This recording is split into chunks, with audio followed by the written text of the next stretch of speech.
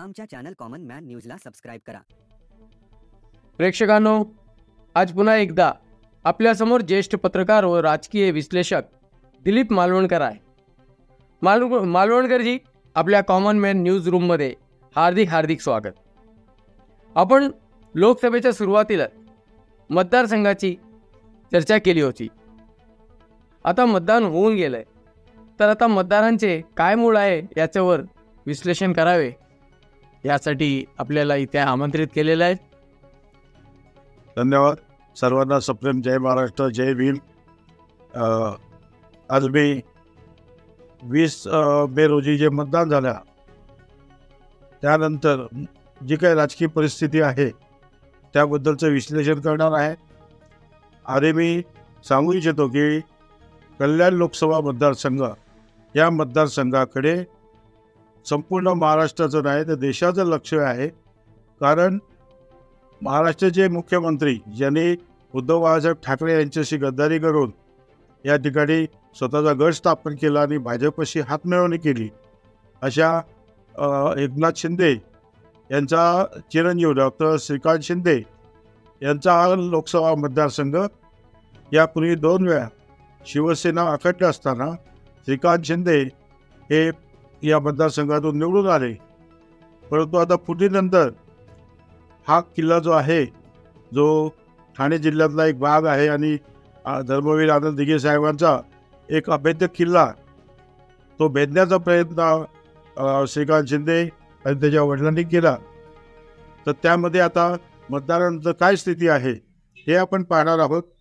आणि या मतदारसंघातील जय पराजयावर एकनाथ शिंदे यांच्या राजकीय भवितव्य अवलंबून आहे आणि देश पातळीवर त्यांना किती महत्त्व द्यायचं हे भाजपाला ठरवणारा असा हा निकाल लागणार आहे। जर एकनाथ शिंदे यांचा मुलगा श्रीकांत शिंदे जिंकला तर त्यांची पत राखली जाणार आहे, परंतु तो जर हरला तर मात्र एकनाथ शिंदेचं नामोनिशाण भेटणार आहे। आता आपण या मतदारसंघाच्या रचनेवर येऊया।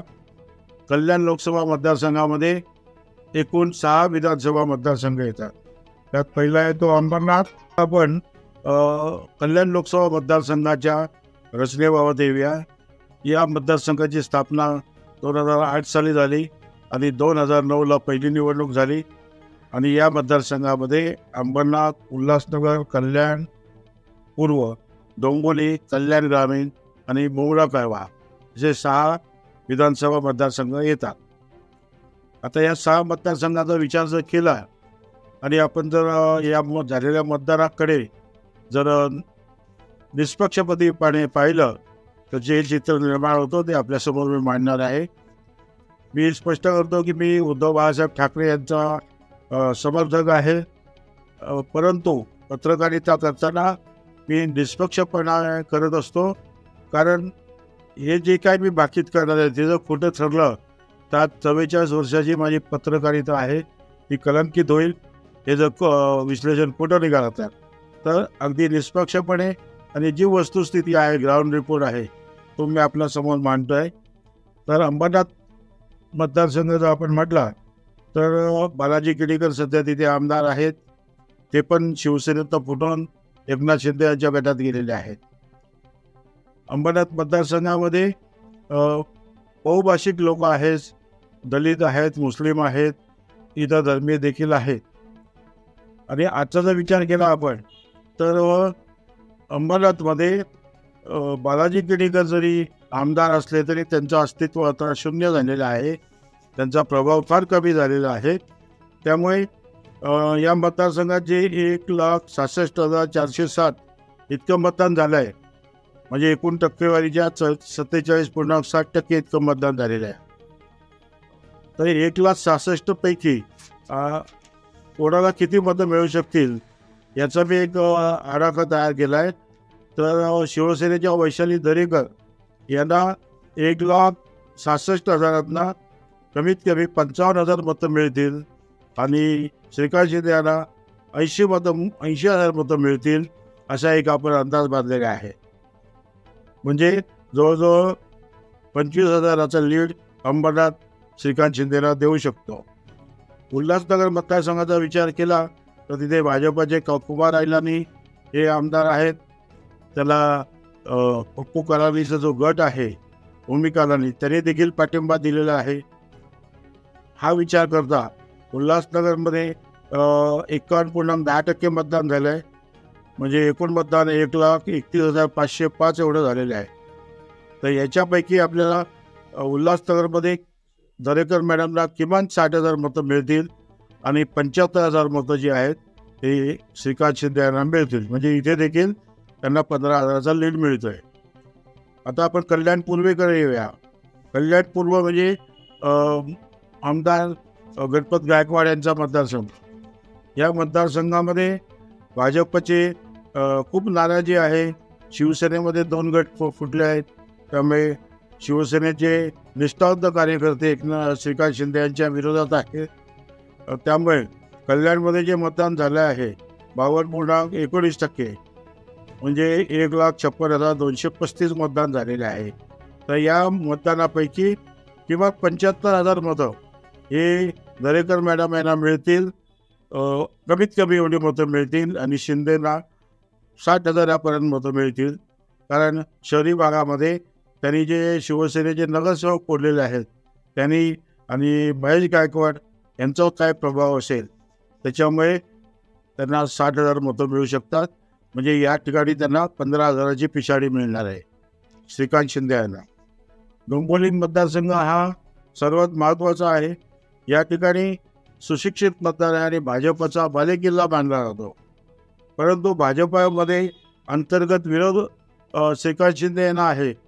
भाजपचे जे संघाचे कार्यकर्ते आहेत किंवा मूळ भाजपचे कार्यकर्ते आहेत त्यांना श्रीकांत शिंदे यांचं वर्चस्व नको आहे. त्यामुळे त्यांना अंतर्गत विरोध आहे. हे जरी असलं तरी भाजपचे कट्टर कार्यकर्ते आणि RSSचे कार्यकर्ते यांची बाजू आपण जमेला धरली तर डोंबिवलीमध्ये 60,000 मतं दरेकरांना मिळतील आणि 80,000 मतं श्रीकांत शिंदे यांना मिळतील. म्हणजे या ठिकाणी श्रीकांत शिंदे 80,000 म्हणजे 20,000ची आघाडी घेणार आहेत. कल्याण मतदारसंघ जो आहे ग्रामीण याचा विचार केला तर कल्याण ग्रामीणमध्ये 51.1% मतदान झालेलं आहे. 2,31,165 आणि वैशाली दरेकर यांच्या बाबतीत हा मतदारसंघ हा कळीचा मुद्दा आहे. त्यांना जी आघाडी जास्त मिळणार आहे त्या कल्याण ग्रामीणमधला मिळणार आहे. कारण कल्याण ग्रामीणमध्ये जो आगरी समाज आहे आणि कोळी समाज आहे तो श्रीकांत शिंदे यांच्यावर प्रचंड नाराजी आहेत. ते दिबा पाटलाचा विमानतळाचा प्रश्न असेल किंवा भूमाफियांना समर्थन देणं आणि दादागिरी करून जागा हडप करणं असे प्रकार कल्याण ग्रामीणमध्ये झालेले आहेत. आणि गद्दारीमुळे तिथले निष्ठावंत शिवसैनिक आहेत ते प्रचंड नाराज आहेत. त्याचा फटका श्रीकांत शिंदे यांना बसणार आहे आणि त्या वैशाली दरेकर यांना या ठिकाणी कमीत कमी 1,40,000 इतकी मतं मिळतील. 2,31,162 पैकी आणि 75,000 हे मी जास्तच आकडे सांगतोय पण 75,000 मतं हे श्रीकांत शिंदे यांना मिळू शकतील. म्हणजे या ठिकाणी वैशाली दरेकर आहेत त्या 65,000चा लीड घेणार आहेत. म्हणजे याच्या आधीच्या 2 मतदारसंघामध्ये जो लीड श्रीकांत शिंदेला मिळणार आहे तो इथे नलिफाईड होणार आहे. तिसरा महत्त्वाचा मतदारसंघ म्हणजे मुंब्रा कळवा मतदारसंघ शेवटचा. या मतदारसंघामध्ये 48.72% मतदान झालेलं आहे. एकूण मतदान झालं आहे 2,16,159. आता या मतदारसंघामध्ये मुस्लिम बहुल मतदार आहेत आणि जितेंद्र आव्हाड यांचा तिथे प्रचंड असा प्रभाव आहे, वर्चस्व आहे. आणि जो काही या ठिकाणी मार्जिन मिळणार आहे ते विलिंग मार्जिन असणार आहे वैशाली दरेकरसाठी. कारण या ठिकाणी जे मतदान झालेलं आहे 2,31,162 यापैकी कमीत कमी 1,56,000 इतकी मतं दरेकर मॅडमना मिळतील आणि शिंदे यांना जेमतेम 60,000 मतं मिळतील. म्हणजे हा जो फरक आहे तो जवळजवळ 96,000चा फरक आहे. इतकी तफावत आहे. तर माझ्या अंदाजाप्रमाणे एकूण 10,43,710 मतापैकी ज्या वैशाली दरेकर आहेत त्यांना 5,46,000 मतं मिळतील.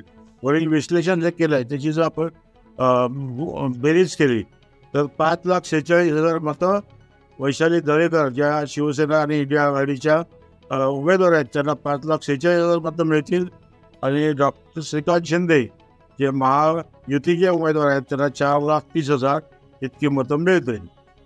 याचाच अर्थ श्रीकांत शिंदे हे 1,16,000 इतक्या फरकाने पराभूत होऊ शकतात. यामध्ये 5-10% लीडमध्ये फरक होईल, परंतु विजय मात्र वैशाली दरेकर यांचाच होणार आहे. आता या पराभवाचा जर श्रीकांत शिंदे यांचा पराभव झाला आणि तो निश्चित होणार आहे, तो झाल्यानंतर श्रीकांत शिंदे आणि एकनाथ शिंदे यांचं राजकीय भवितव्य आहे त्याला रण लागणार आहे. कारण भाजप हा असा पक्ष आहे की यूज अँड थ्रोवाला, त्यांना निकामी लोक नको असतात आणि कर्तृत्वशून्य माणसाला काहीच किंमत नसते. जो माणूस आपल्या मुलाला निवडून आणू शकत नाही तो काहीच कामाचा नाही, हा विचार करून भाजप एकनाथ शिंदे यांना भिरकावून देईल. राहिला प्रश्न श्रीकांत शिंदे यांचा, तर त्यांची खासदारकी गेल्यामुळे त्यांच्या डोक्यात इतकी हवा आहे की मीच निवडून येणार, मी हॅट्रिक करणार, मी 5 लाख मतांनी निवडून येणार. मागच्या वेळेला 3,44,000 जो रेट मिळाला होता तो शिवसेनेमुळे मिळाला होता, त्यात भाजपची मतं होती.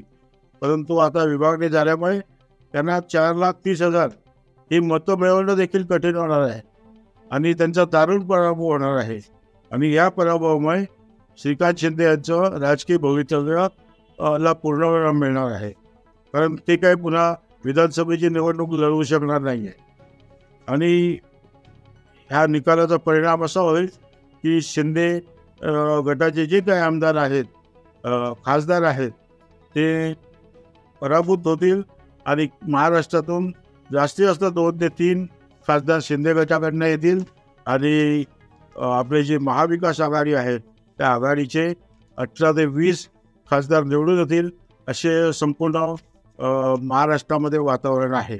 याचाच अर्थ महाविकास आघाडी यांचा मेजॉरिटी या ठिकाणी येणार आहे आणि त्याचाच परिणाम येणाऱ्या विधानसभा निवडणुकावर होईल आणि महाविकास आघाडीचं या ठिकाणी जास्तीत जास्त आमदार निवडून येऊन महाराष्ट्रामध्ये महाविकास आघाडीची सत्ता येईल असं मला स्पष्टपणे दिसतं आहे. आता हे माझं विश्लेषण आहे ते मगाशी सांगितल्याप्रमाणे निष्पक्ष विश्लेषण आहे. म्हणजे बाबा उगाच काहीतरी सांगायचं किंवा एखादा कुरघोड्या ज्योतिषी असतो तो सांगतो किंवा एखादा अंधभक्त असतो तो सांगतो, तसं नाही आहे. मी अंधभक्त नाही आहे, ज्योतिषी तर बिलकुल नाही आहे. आज माझं जे विश्लेषण आहे त्यामुळे त्यात शिवसेनेमध्ये मी 51 वर्ष आहे, पत्रकारितेमध्ये 44 वर्ष आहे आणि एक सक्रिय आणि सडेतोड पत्रकार आहे. त्यामुळे हे मत जे आहे ते मी ठामपणे मांडलेलं आहे आणि याचा रिझल्ट आपल्याला 20 तारखेला दिसेलच. आणि वैशाली दरेकर यांचा विजय साजरा झाल्यानंतर पुन्हा मुलाखत द्यायला मी या ठिकाणी येईल. तो पण सर्वांना सप्रेम जय महाराष्ट्र, जय भीम. मालवणकरजी, आपण मतदारसंघाचा खूपच बारीकीने अभ्यास केलाय आणि अगदी एक पॉईंट समजून त्याचे विश्लेषण केल्याबद्दल खूप खूप धन्यवाद. आपण आमच्या न्यूज रूममध्ये आलात त्याबद्दल खूप खूप धन्यवाद. आणि पुन्हा आपण एक नवीन विषय घेऊन आमच्या प्रेक्षकांसाठी त्याचं देखील मार्गदर्शन कराल, त्याबद्दल तुमचा आभार. इथे आल्याबद्दल धन्यवाद.